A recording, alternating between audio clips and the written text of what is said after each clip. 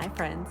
Welcome to the Mobile Bev Pros podcast, a podcast dedicated to providing mobile bar and event professionals with the information they need to succeed. I'm your host, business coach, and founder of the Mobile Bar Academy, Sarah Murphy. In each episode, the Mobile Bev Pros team will bring you industry experts, information, anecdotes, and opinions with the goal of assisting you in building a profitable, sustainable, and successful business that supports you in creating wealth. I'm excited to share with you today's episode, so let's get started. Today on the podcast, we are chatting social media, but not just the usual stance that we take on social media, right? You've got some gold for us today. There's a theme that we've been seeing in the group coaching and also reflected back to us when we did our workshop this past Monday in Nashville, which we talked about the entire client experience. And part of that client experience was marketing, right? And there's one refrain that we hear over and over again, and that is, I hate social media. I hate social media. I wish I didn't have to be on social media. And we have long had the stance that social media is the least important and the least impactful visibility tactic that is available to us.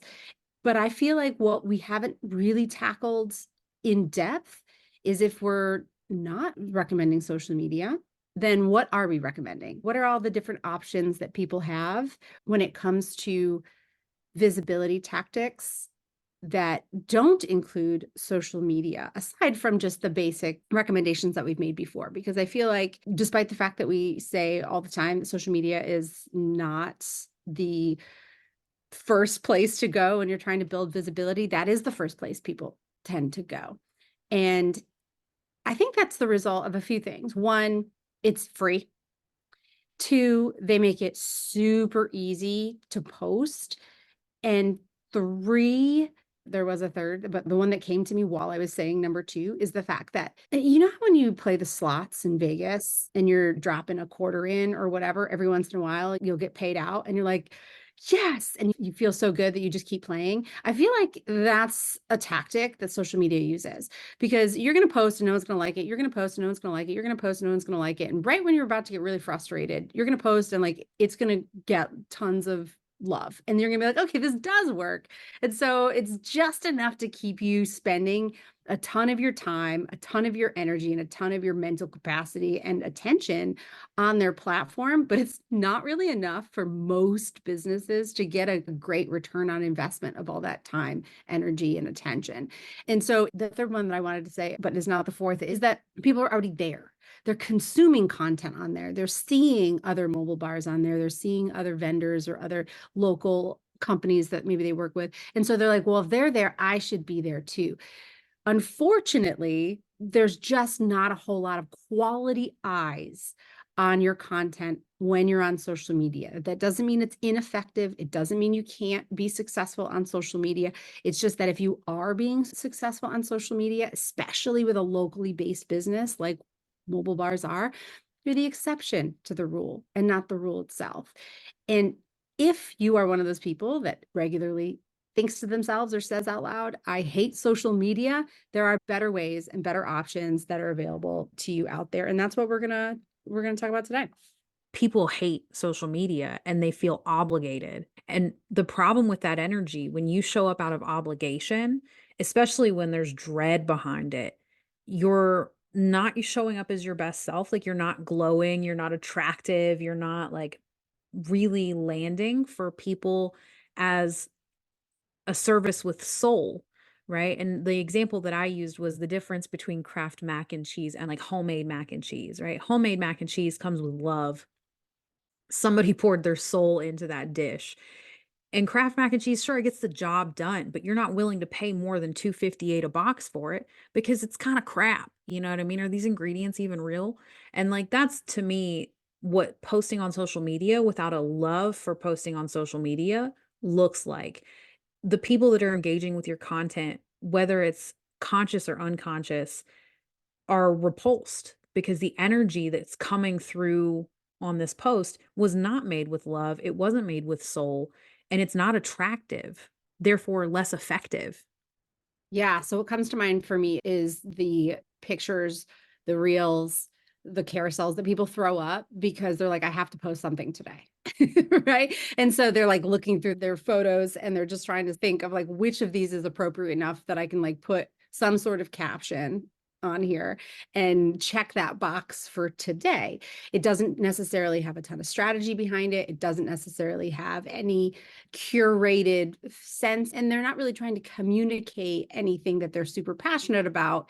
It's an obligation. It's a thing that's got to be done. It's on their to-do list. The thing that you said right before we got on that I really want to make sure that we highlight here is that social media as a mass market tool, and in general, mobile bars are not mass market services.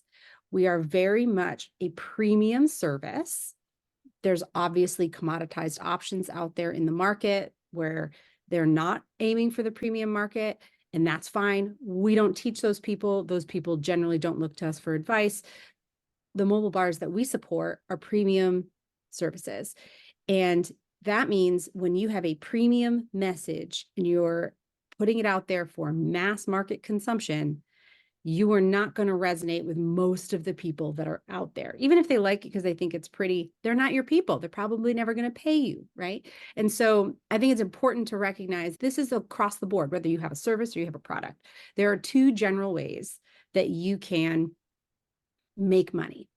You can have a low dollar product that you're selling to as many people as possible, or you can have a high dollar product that you serve a much lower number of people. Now, if you're doing a low dollar product for as many people as possible, then you want as many eyes on it, and you probably want to pay for ads so that you can continue to get reach. But when you have a high dollar product with limited capacity, which we generally do, mobile bars have a limited number of bars they can rent on a limited number of dates, a limited number of staff that they can execute with given their operations, then you're looking at higher qualified clients in lower numbers. So you're looking for the right set of eyes, not all the sets of eyes.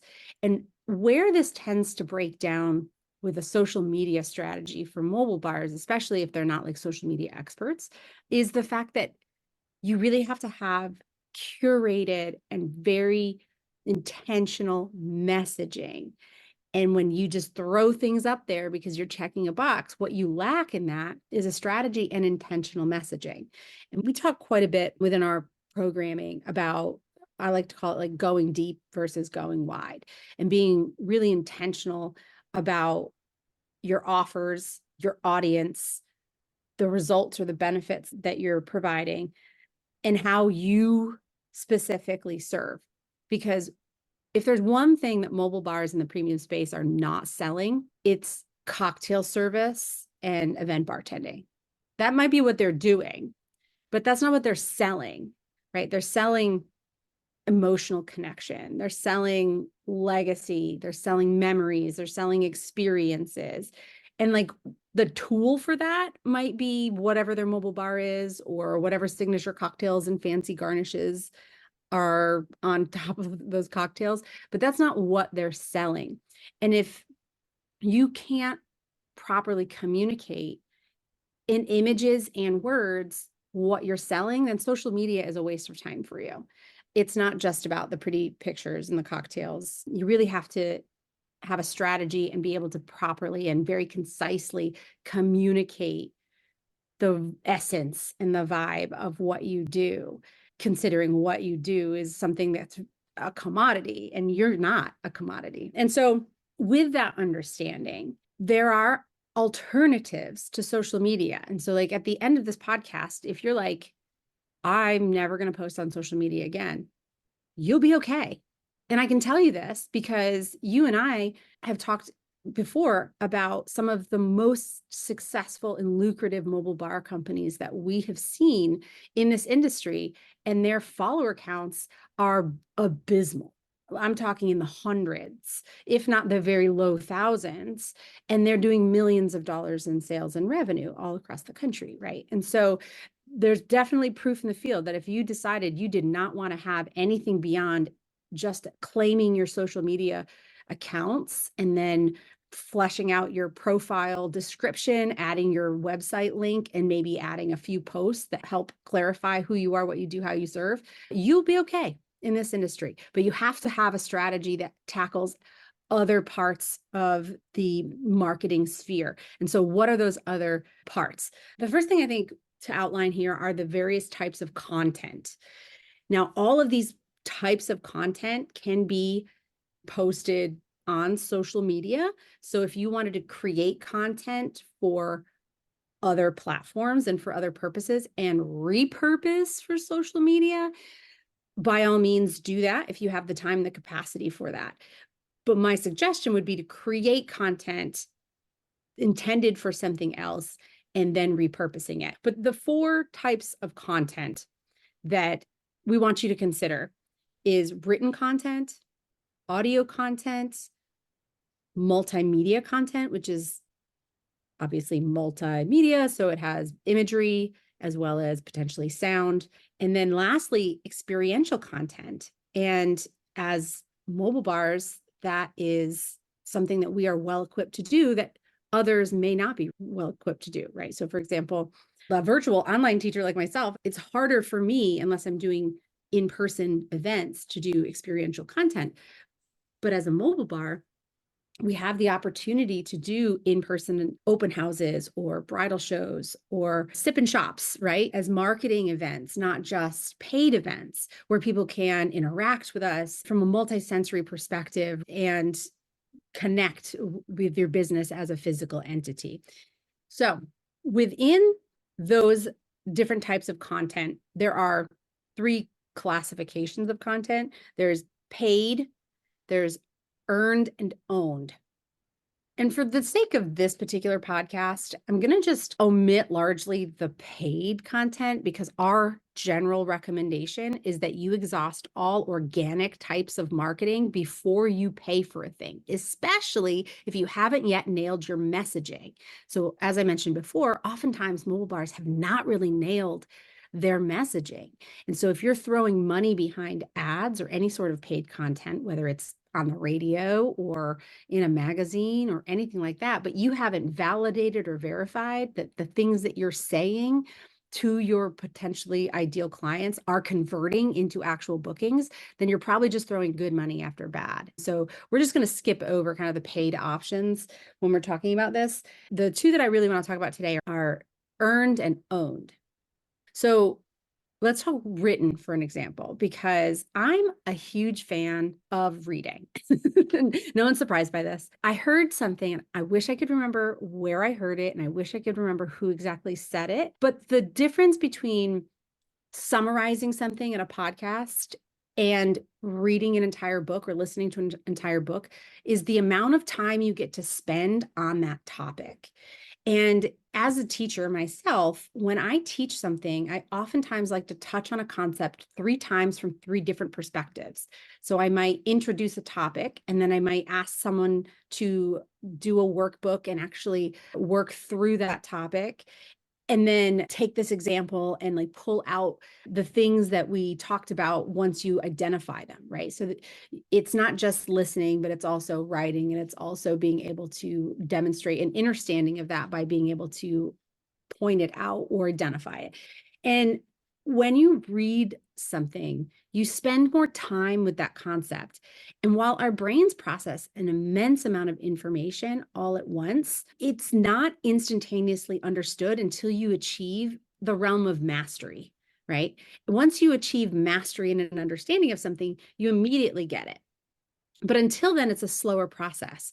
And so when you read a blog about something, you spend more time with that information than if you just listened to a summary of that, or if you just read a summary of that. Now, if you're looking for just a fact, read the summary. But if you're looking for an understanding, then reading the whole thing.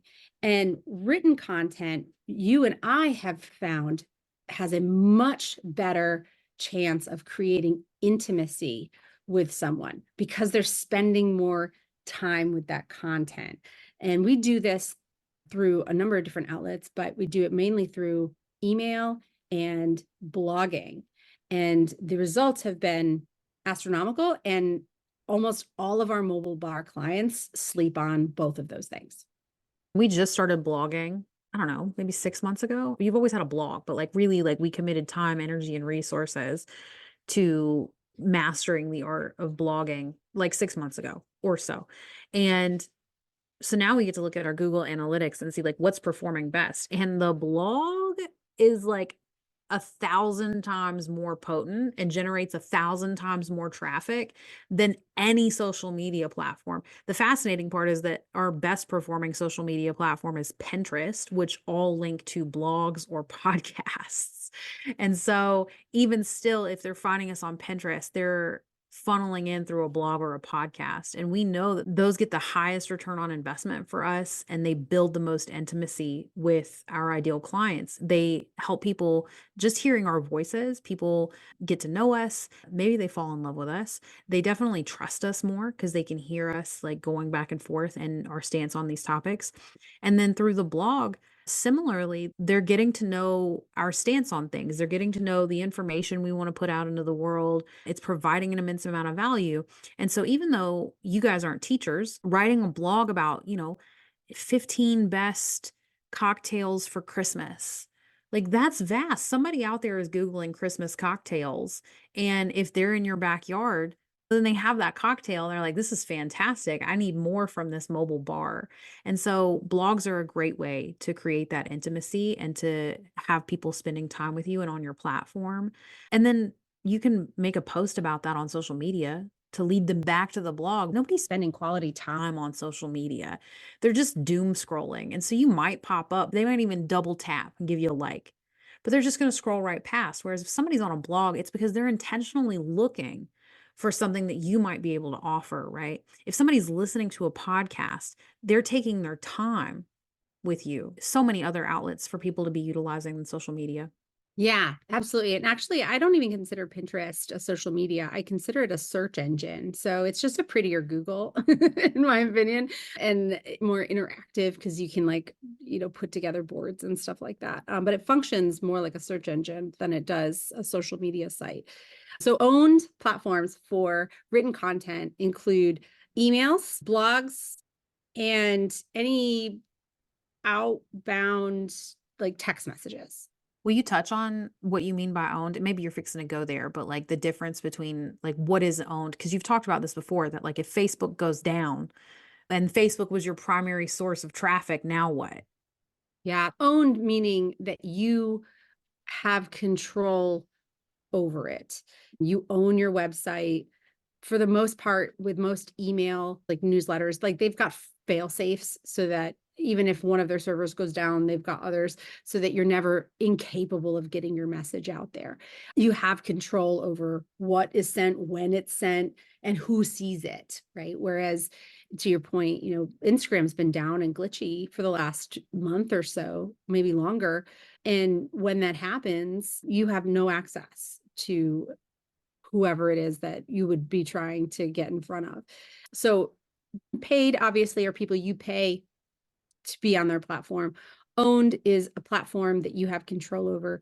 And then earned is a platform wherein you don't necessarily have to pay to be on their platform, but you have to pass a threshold because they're in some way, shape, or form vouching for you. So news articles would be a good example of earned. Your social proof, so reviews and testimonials, is content that has been earned in some way, shape, or form. And any case studies that someone might include you in, for example, like a styled shoot. If you did a styled shoot and a wedding blog picked that up and you were listed as one of the vendors, that is another kind of source of earned content. We don't see this so much in the mobile bar space, but sometimes we do. I just saw actually Karina with WeMixed had a PR article for a new service offering that they are offering in the Chicagoland area.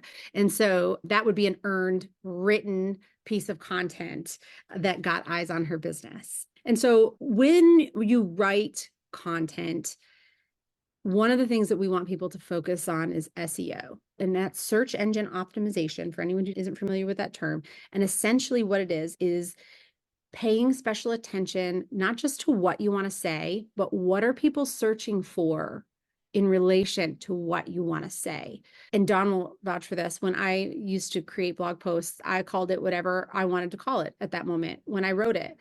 and they didn't really rank all that well because the words that I use or the phrases that I use to describe something may not be the colloquial term for it. It may not be the thing that people are searching for.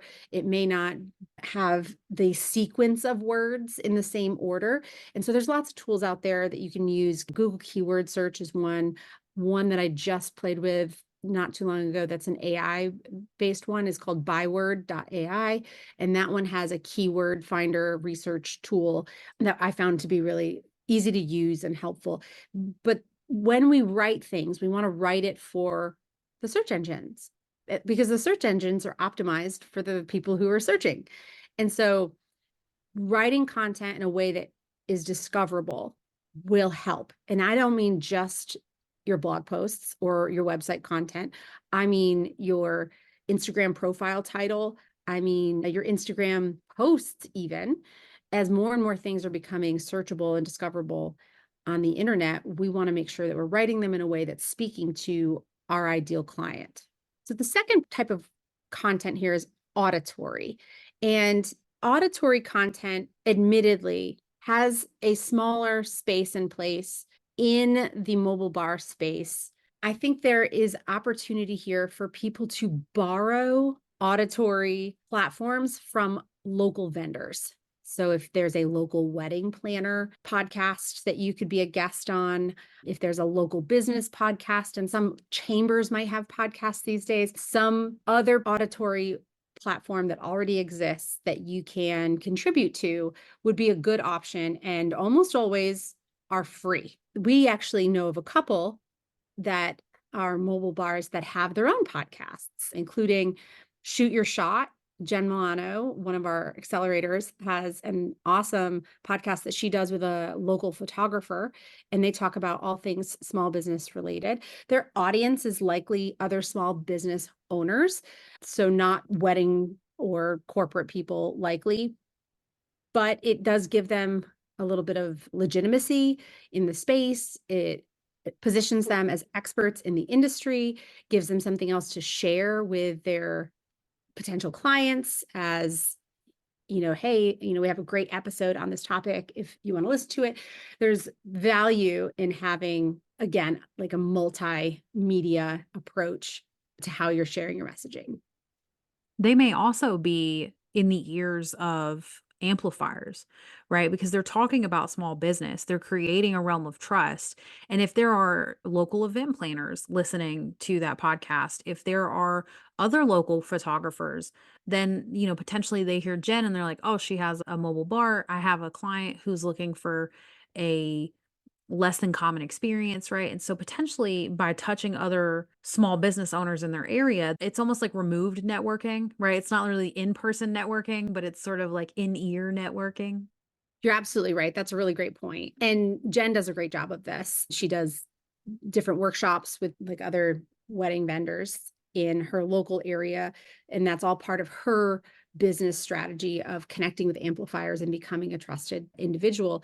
And so she's obviously going to get a lot of those referrals should they ever have clients or people that need what she does. Aside from podcasts, audio really is limited at this time. There used to be things like Clubhouse. That might still be a thing. I think Clubhouse had its day. I don't think it's still around. I think podcasts are the chosen auditory platform at this moment. Not to say that there won't be anything that comes online in the future, but I think it's really kind of social media and podcasts. And so if you're doing a podcast, obviously repurpose for your social media. The third content type that we'll talk about is multimedia. Now, this one is much more vast than audio. And obviously it includes social media posts, but some other things there are webinars, or your website is a multimedia content type, Facebook groups. So yes, that's a social media, but I'm not talking about posting yourself on social media. You can, but most Facebook groups, it's not about selling. It's about connecting. It's about building intimacy and becoming a known entity. So participating in Facebook groups that are associated with what you're trying to do in the world, whether it be a wedding group for your local area or those mom groups, like don't sleep on the mom groups, because whether they're doing birthday parties, quinceañeras, college events, graduations, 50th birthday parties, those types of things. They hang out in the mom groups and they just inherently trust the people that are in there. And so Facebook groups can be a really good place to become a known entity. Again, we're not trying to sell in there. We're trying to build relationships and become known entities in your local community. The other one that I want to list here, and I say this with the recognition that it is kind of a social media platform, but I think it's used much differently than most social media platforms and is well suited for the mobile bar space because people sleep on it, is LinkedIn. Especially if you're trying to get into the corporate side of things, becoming a known entity on LinkedIn, in my opinion, is like less about the likes and follows. I've scrolled through my LinkedIn before, certainly never like I do other social media posts, but I'm not really looking, like people aren't really seeking the 1,000 likes and the hugs, and that they're engaging at a much different level. And so I think LinkedIn could be a platform that does a lot of good if used properly. You spent some time on LinkedIn. Yeah, but I despise LinkedIn. So I'm not really a good example of the power of LinkedIn. I do know that for my corporate homies, LinkedIn is a very powerful tool. And to your point, it's mostly slept on. And so it's a great way to connect on a whole new level. It is expected that people are doing business on LinkedIn. And so, that's what they're there for. It's also a really great one to connect with other amplifiers in your area. It's not great for what I do, but for mobile bars, it's probably ideal. It might be a great place for suggestive selling, right? For like, look at this happy hour that we did for this real estate company, right? That every other real estate company is like, oh, wait, I want a happy hour. So I think it's worth a shot. And there doesn't seem to be the same yuckiness of social media on LinkedIn, and a different kind of yucky. Like, you're not a big fan of LinkedIn. I'm not really on LinkedIn, but it's not like you've spent 2 hours on LinkedIn. That you don't lose large amounts of time on that platform. Earned multimedia channels can include things like TV appearances. We've seen lots of mobile bars reach out to their local news network and get like a nice morning spot where they get to get featured, maybe do a couple cocktails, talk a little bit about their business. It's free. It's usually great for getting initial visibility out there. And it's usually pretty easy. The threshold to do that is it's usually pretty low. The other thing that I think about these multimedia earned placements is this phrase that I like to call borrowing someone else's audience. And so when we talked about audio, we talked about getting on other people's podcasts. There's an opportunity here to get on other people's platforms as well. Now, some of them might be social media. Maybe you get featured on a wedding planner's blog or their social media or something like that. But it might also be something like you've joined an association and now you're on their directory and they're sharing something with their audience about you being at their next happy hour or their next mixer. And that's borrowing someone else's audience. And we have seen our clients get huge returns on investment for doing that. Like, if I had $1 for every time someone has come up to me and told me that their local chamber of commerce was an absolute game changer, like, just do it. There's no reason not to do it. And the return on investment is usually stellar. Lastly, here we have the experiential content type. When we're thinking about owned experiential content types, we're looking at hosted events. We're looking at being physically present at a place where people can interact with you. So whether it's, a paid option here, which I said we weren't really going to talk about, but like bridal shows are a paid option, donated options such as local networking groups or reaching out to a venue and saying, hey, we're looking at hosting a few open houses for venues this year. We're not charging, do you have one coming up? Can we participate in it? That sort of thing. That way, not only do their clients or potential clients get to interact with you, but the amplifiers get to interact with you as well. The venue obviously is going to see you there and interact with you and see how you work and how clean you are and how great you are with guests. They'll probably have some event planners there, photographers there, DJs there for the open house as well. And so you'll get exposure to all of those amplifiers, as well as any of the people that might be attending because either they've already paid to be a part of that venue or to rent that venue, or because they're considering renting that venue. As you can see, there are a plethora of visibility tactics that can be utilized that don't have to include social media. And so, moral of the story here is that if you hate social media, there's good news. And it's that it doesn't have to be your primary focus. You don't absolutely need it. It's not do or die. It shouldn't be top of mind. Stop doing it if you're just checking a box. Be intentional about what you put on social media so that you can be discovered when people go to your website and then click on your Instagram icon. But also, like, your website is your powerhouse, right? That's ultimately where you want them to land. So find other ways to get them to take the actions that you want to take. And don't let social media take up so much of your time, energy, and conscious space. Don't let it be a pain in your ass because it doesn't have to be. The return on investment is so low and the effort is max. So write it off. Yep, absolutely. One last thing that I'll talk about in regards to social media that we have been piloting in our accelerator group program. And it's what I've been calling the 9-post Advent grid. Now, I went and looked up what Advent meant, and I don't think it means anything like I thought it was supposed to mean. But I was thinking about it like those little Advent calendars for like the holidays, and like every one is something that you open, and it's like a little surprise. It was inspired by a woman who her Instagram is like going ultraviolet, I think, like at going ultraviolet. And she has like a $20 product that talks about a 9 grid. And it's essentially just 9 blocks on your Instagram that tell whoever comes to your site or your profile a little bit about who you are, what you do, how you serve. It's visually appealing, it's cohesive, and every little block just kind of goes a little bit deeper. But that's it. And so we've been experimenting with that, and it has been a huge breath of fresh air for the people who have implemented it.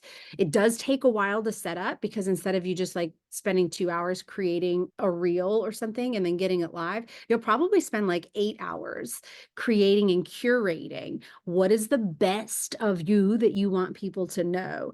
And my suggestion to people is that every single one of those 9 tiles or posts that you're going to put together should really go deep on that thing. And it should start with the process of asking yourself, if you were looking for you, what are the things that you would want to know about you? And so like we did a little exercise at one point and it was who's the team, right? So maybe you have a carousel of little intros for each member of your team and like what equipment rentals do you have? So maybe another, you can see all your bars or all your different equipment rentals. And another one might be like what you specialize in, what type of events you do, right? And so maybe you have another carousel that is like, we do weddings and corporate and quinceañeras and all of that, right? Whatever it is that you do. And then another one might be like what your values are so that, you know, maybe you prioritize diversity and you prioritize transparency and pricing and you prioritize having fun, like whatever your values are, which we work with all of our accelerators on. And so every single one of those 9 grids should build intimacy with whoever comes to your profile. And it doesn't have to be carousels. It can be posts. It can be reels even that have a cover on it so that it's still integrated into that 9 grid. But then when they like click on it, maybe it's an introduction video that you've put together. That's like who you are, what you do, how you serve, and you know, whatever it is. But every little one should be like a little surprise that goes a little bit deeper into who your business is. And then the rest of any time you show up on your Instagram can either be a story, which disappears, right? And so you can add them to your highlights if you want to do that, but it doesn't show up on your feed.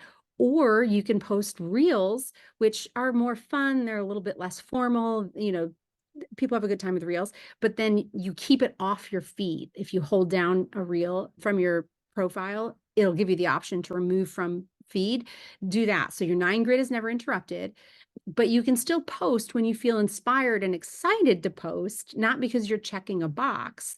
And then there's just so much less pressure around showing up on social media, and you have a presence there so that, to your point, if someone's on the website and they want to check out to see if you still exist, which I still do, I check at Instagrams to kind of get a behind the scenes look, a more intimate look at people, to see when the last time they posted a story type thing is. But like, it's just a trust verification act. It's not that I'm like looking to the Instagram to book them from Instagram. And so we can then pivot how we use Instagram to be something that creates intimacy, deepens that connection with somebody, but doesn't take up 10 hours or more of our focus from working on our business or in our business every single week. The other thing that I would add here is that social media is a predatory series of platforms in that they are out for time spent on their platform. All they want is your attention. And so if you are out here having other mobile bars follow you so that your follow count looks good, so what? None of those mobile bars are going, like, now you have a bunch of followers who don't care about your product or services, except for maybe to compare their own product or service, right? They might like your stuff. And so that might feel, and this is why I say these are a series of predatory platforms, because they're playing on the fact that it feels good when you get that like, right? You check your Instagram, you got a couple likes, dopamine hit, right? You're like, oh yeah, it's working. It's not. Likes are not dollars.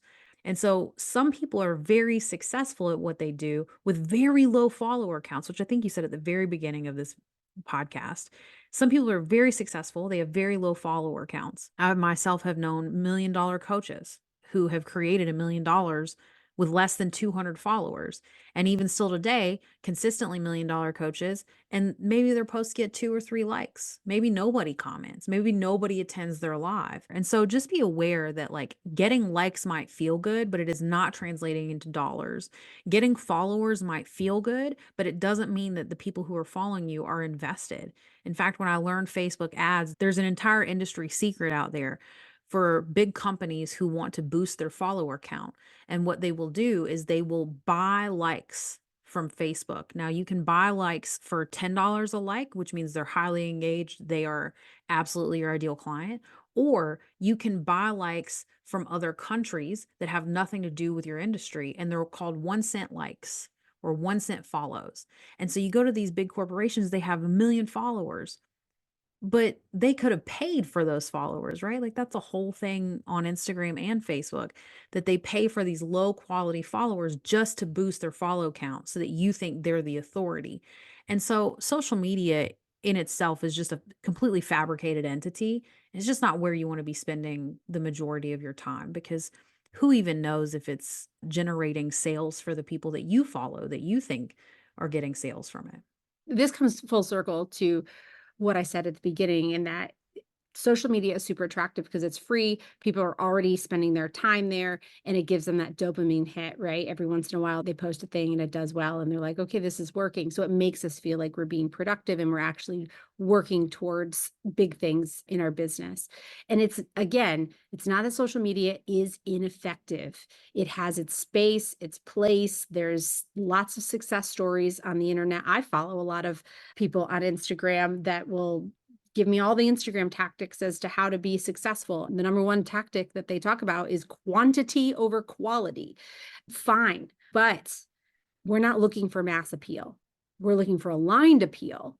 And if you want aligned appeal, your best option is to build relationships with the people that are local and are going to either recommend you to people who need you or are people that need you. The thought that I had when you said that was that being successful on Instagram, because there's so many of those, right? They're like, this is how you can be successful on Instagram.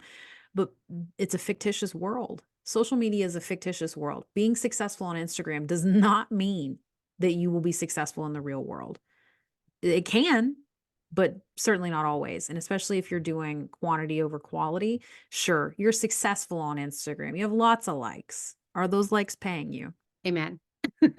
Are they paying you? Absolutely. So ultimately, bringing this full circle, if social media is the bane of your existence, we've given you a whole bunch of options that you can spend some time strategizing, reaching out to people, borrowing their audiences, trying to get a multimedia presence in the world, both with written, with audio, with in-person and sensatory experiences. And if you prioritize those in your local area, you are going to do leagues better. And you might even find that your social medias get more follows because they've met you in real life and now they actually want to follow you because they know who you are and they are excited to connect with you in spaces where you sometimes hang out virtually. Another amazing episode, super valuable. Guys, we look forward to chatting with you on the next one. And that wraps up today's episode. I hope it was valuable. I would love to hear from you what you thought. You can drop me a line at hello@mobilebevpros.com or find me on Instagram @mobilebevpros. If you're looking for more valuable mobile bar related content, we have a website full of it. You can find us at www.mobilebevpros.com. And I'd love to see you in our Facebook community, also by the name of, you guessed it, Mobile Bev Pros. Thank you for joining me today, and until next time, cheers.